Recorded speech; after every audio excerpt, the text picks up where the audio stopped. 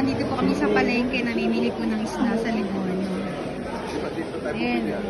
Ito maganda. Ay, ayan, maganda. Yan ang hinahabol ko.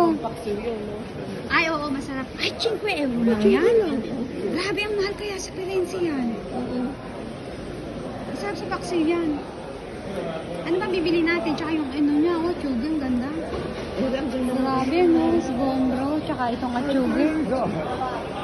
Nakain ba sila niya ng perito? Bakit ba bibili mo kami? Ikaw? Hindi!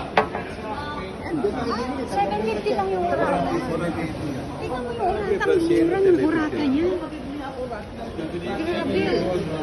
Ang mura ng urata. Grabe. Doon ay 990. Dito kami bumili. Sana all. Oo. Madami dito mura. Dito po yung ano nila. Palengke ng Livorno. Dinayo eh. Ang aga ko pong nandito. Ayan po sila. Nagbibili po ng titingin po ng isda. Kuha tayo no, yung pampaksiw, masarap. Oo, yan. Kaya gusto ko yun sa paksiw.